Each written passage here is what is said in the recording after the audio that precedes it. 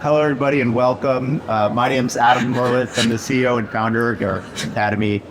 We are a UX staffing and recruiting agency. And today I have the pleasure of speaking with our esteemed panel about the impact of AI on the design industry. And before we get started, I'd love to introduce the panel. On my far left, I have Ashley Park.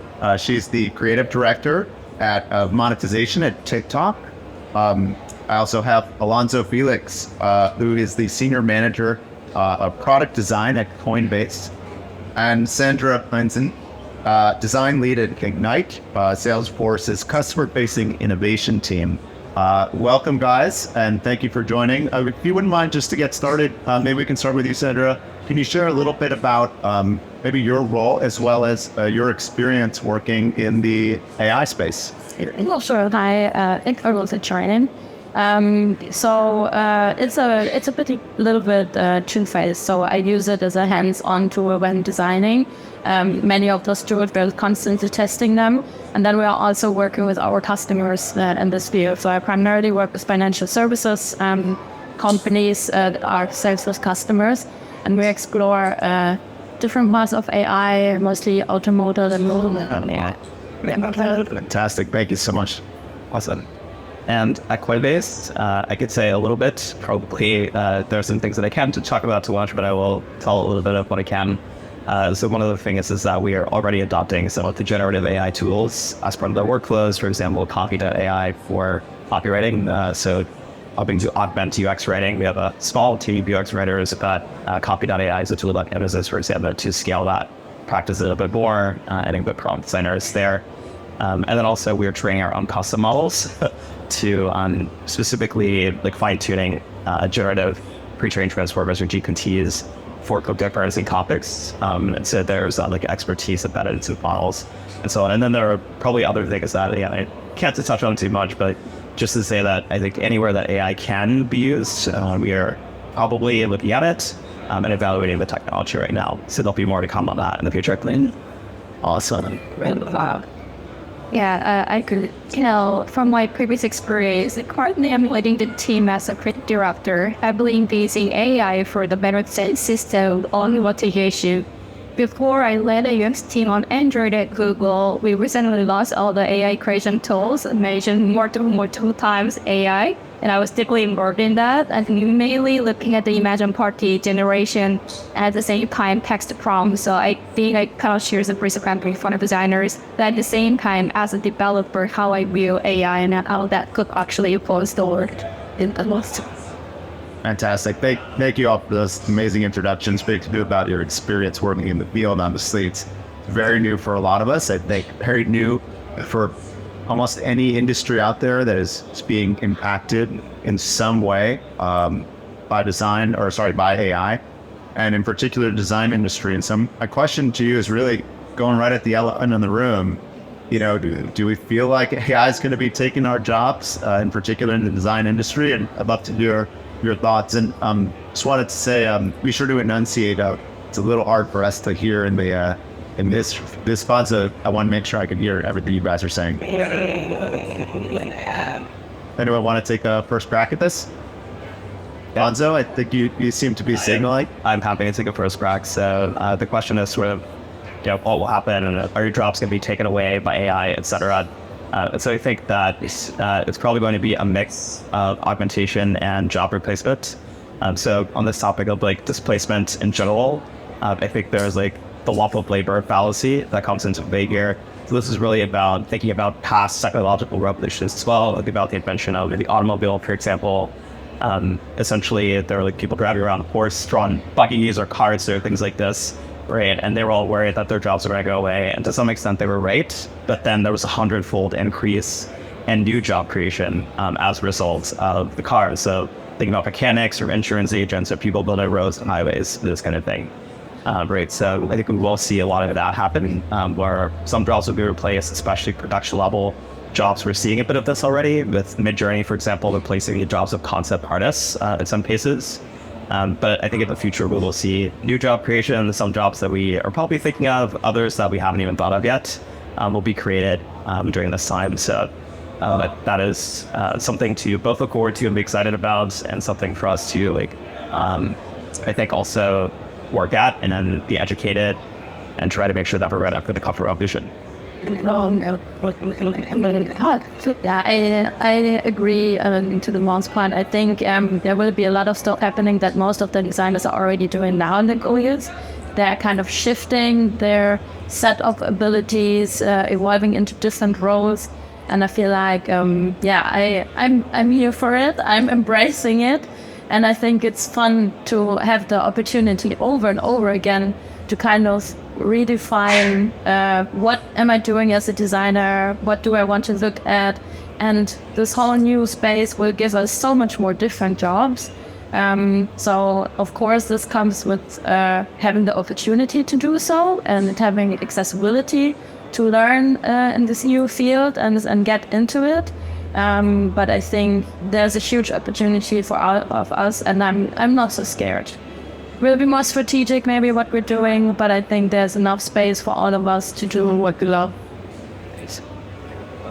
Yeah, I can also quickly share my perspective, also very positive, especially sharing my perspective as a person who developed AI, meaning working on the prompts. There's a whole different side of your work streams could actually populate, because now all the designers who rely from the actual manufacturing production work.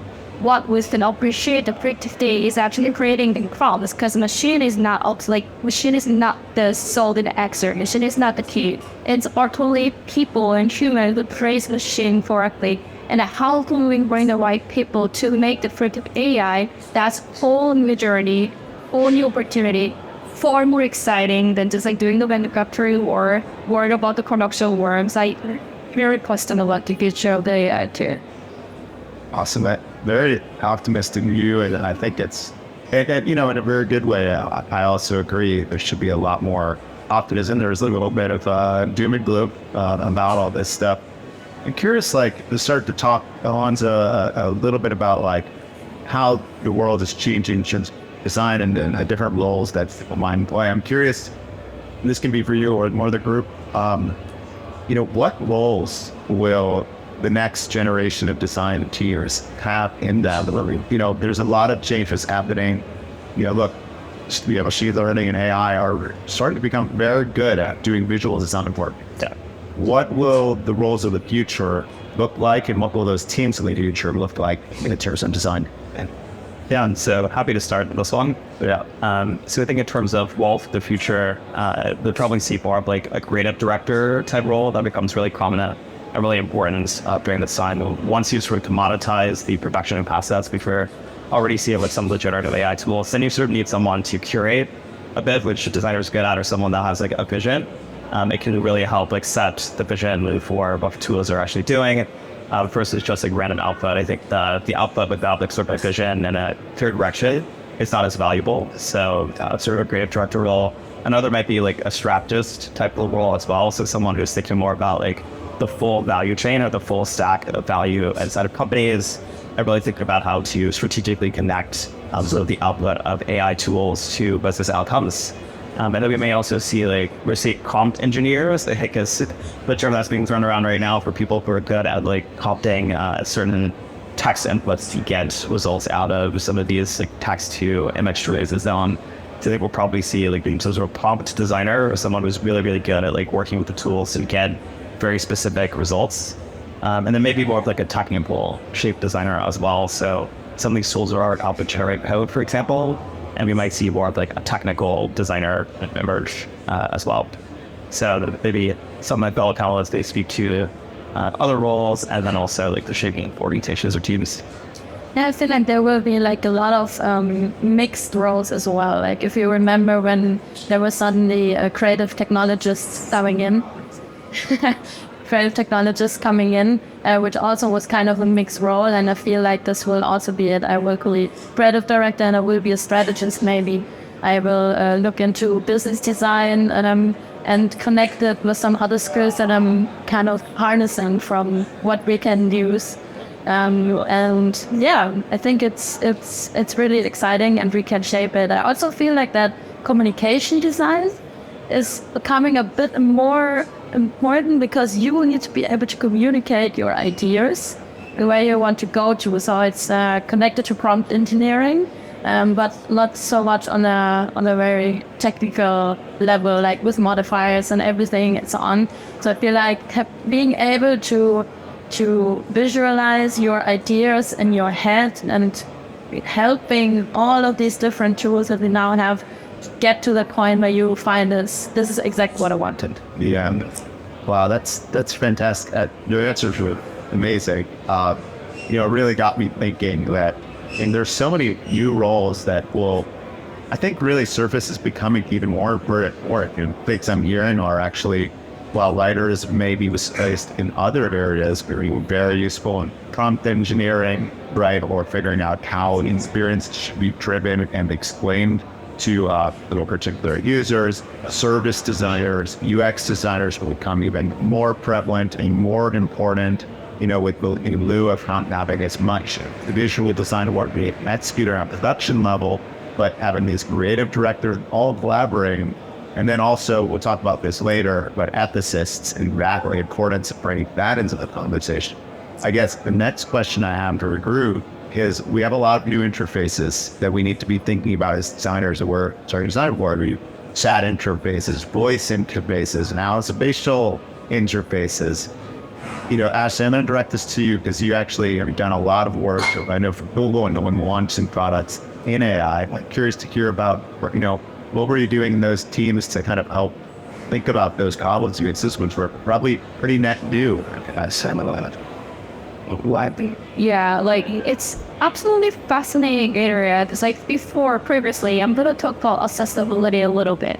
Accessibility is especially for a designer, it was more important things that I need to submit before, not really truly thinking about accessibility from an accessibility perspective. But what's coming with AI is there is some voice technology, there's a sound technology, there's a feature technology. What can it really do is to provide designers insights on what will be the right package, what will be the right recommendations, and then push designers to think farther. So there are some other opportunity for designers to work extremely creative. Now they have all the tools that they just get in the power by and involve each other. That's why I would usually say that now designers, especially younger designers, are so reliant from all the production work that they had a little room of creativity, but at the same time, when they just only focus on one thing, their view is somewhat blocked. But there is technology from different sides with AI, especially from the employees, and then a feature, there's a lot of effort to provide those too, which is fascinating. Those are areas that we need to think further instead of being worried about that, oh, my job will disappear. No, you are actually giving it away ways to think at a different level. And that's what I also see with the whole holistic efforts together with the AI.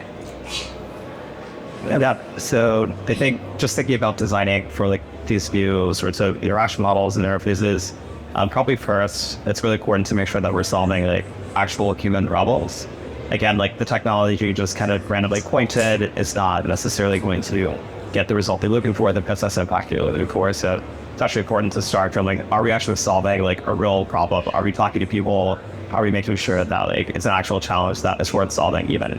Yeah, so that's a place to start. Then I think thinking about interaction models, we sort of have manual inputs and user interfaces in Nourish because we needed very specific ways, direct ways even to tell computers what to do. So now we're seeing that maybe start to go away a little bit.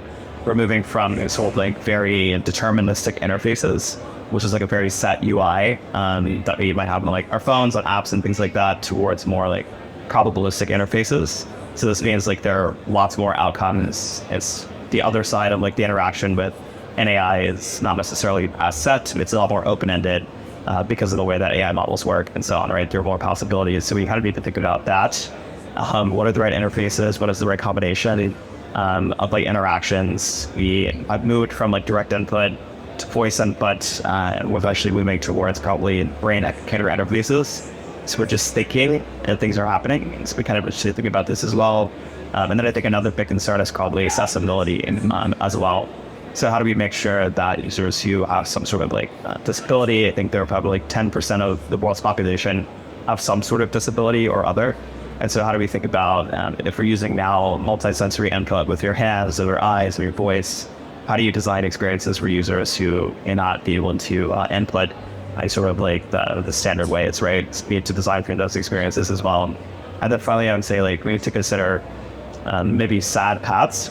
We talk a lot about happy paths and sort of UI and UX design, right? Like what is the optimal flow or the ideal flow for a user to go through a set of screens or a user journey and complete actions. But we need to think about like sad paths a lot more when it comes to AI, just because like the technology is so much more like unpredictable. There's so much more that can happen. We're inputting and interacting in a lot of novel ways, right? So how do we make sure that like on the edges, these sort of like unexpected experiences that will happen within technology and inevitably, how do we make sure that we're solving for those things as well and really considering like the holistic user experience?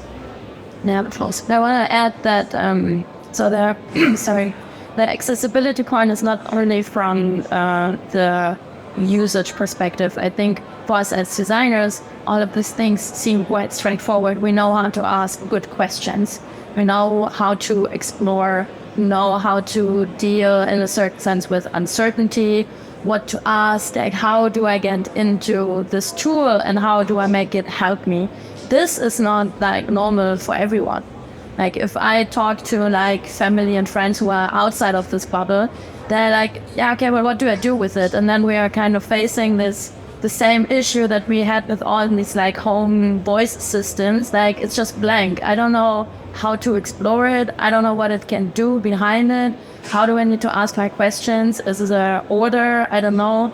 And this whole prompt engineering is then only for us it's clear. We know better how to use it, but we need to do a lot of education and transparency and trust measures built in to make people understand, okay, this is how you get the most out of it. And it's not only for designers, it's for everyone. And this is definitely a problem we should think about in terms of accessibility. Yeah, very fantastic answers. You guys covered a lot of bases here. One of the things, in a hearing and also I think is important to discuss is the ethics behind integration of AI tools and their usage also. We've seen Adobe take a very clear stance about how they manage attribution. We've seen all sorts of ethical issues with fake news. How do you guys think about bringing in ethics into the conversation when you are actually designing tools? I've heard a lot about, there's the metaphor of the white hat, black hat that they use in development, where hackers like beat against each other in like very, competitive ways. I'm curious to are the design teams of the future going to have, teams that go down some really negative paths and talk about the sad paths? So I think there's a lot to dig into with ethics. It's a huge topic, obviously, and there are like emerging answers in different places. We need to solve this at like a team level, an organizational level, and company levels, all the way up through like government levels, etc.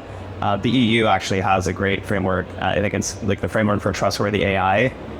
So I recommend looking into that. It sets out like I think 7 principles for trustworthy AI and goes into like really specific details about that, but it covers a lot of cases ethically. A few that I would probably call out are like transparency first. So when you think about ethics, it's important to know like how do these models work ultimately.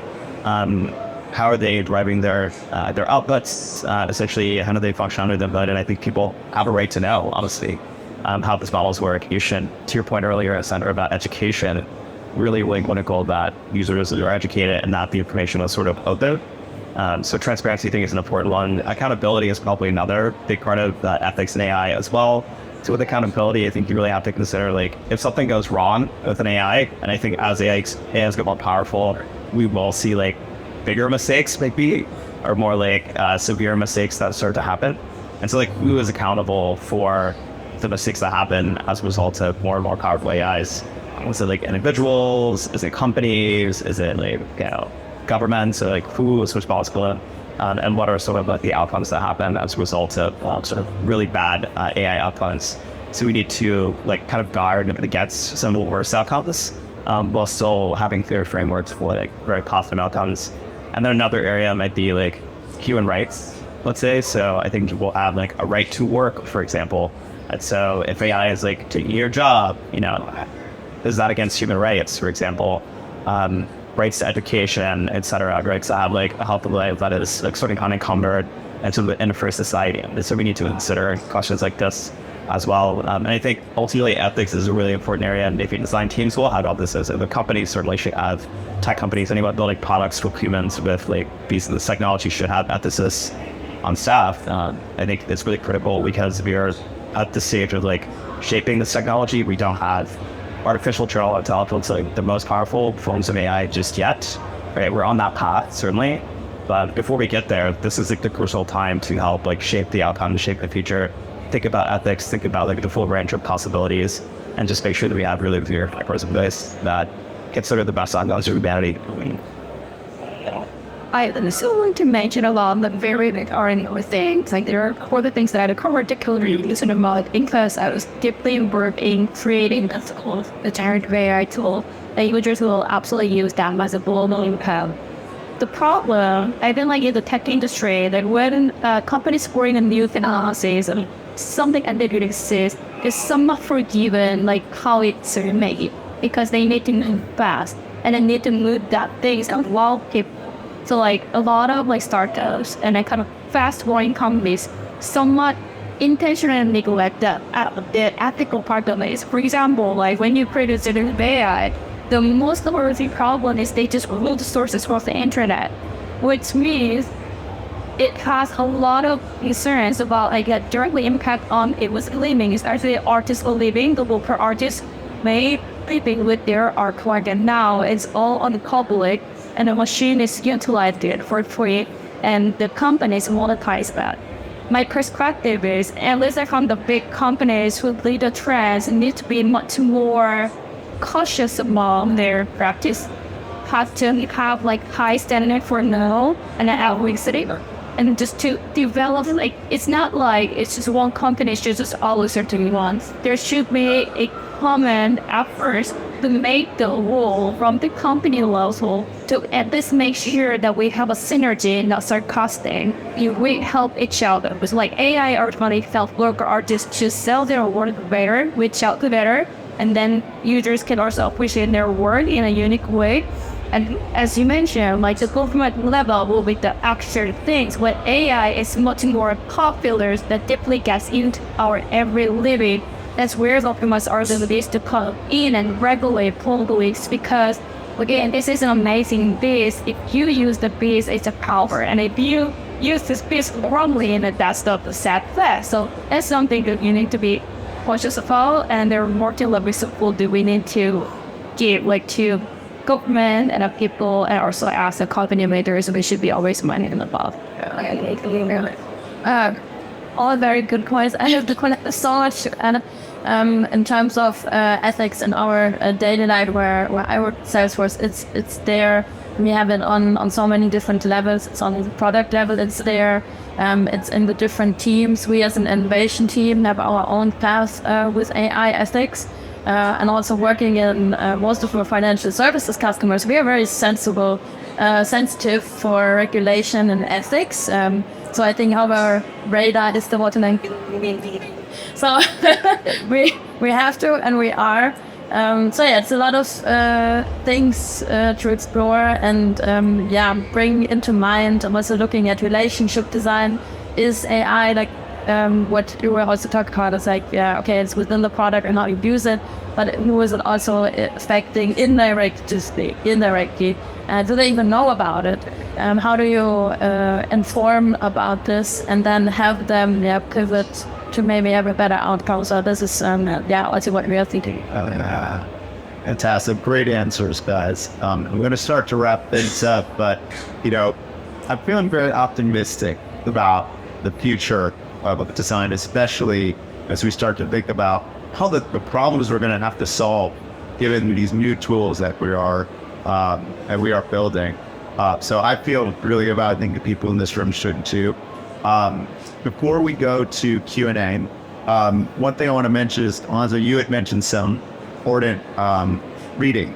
And I just want to tell the audience that if you follow me on LinkedIn, I'm actually going to be posting about ethics and AI. A bunch of amazing articles actually were provided me of Chris Reardon, the former head of responsible AI at Meta. Fantastic guy. He has also amazing articles. He actually sent me a whole list of amazing reading. So I would love to share with all you. Send me a request on LinkedIn. I'll follow me and I'll be sure to share that. Also, before going to QA, is there any place that you guys like to share the work that you're doing on either social media that the audience might be able to follow you on? LinkedIn. Yeah. DM me. Yeah, I think LinkedIn is probably the best for you as well. Yeah. Yeah, LinkedIn as well, like happy to answer any questions, have a conversation. At the same time, if you're Android users, would check out all the new AI integration tools. The new Pixel is coming out. I'm particularly proud of it. Yeah, absolutely. Fantastic. So All right, Twitter well, DMs are a bit. Yeah. And a lot of still talks to them. Yeah, exactly. Yeah, there's a few extra talks today. So the Alonzo, Sandra are also speaking actually earlier. All right, well, let's move into Q&A. We can put these headsets on, and yeah, we'd love to hear from the audience.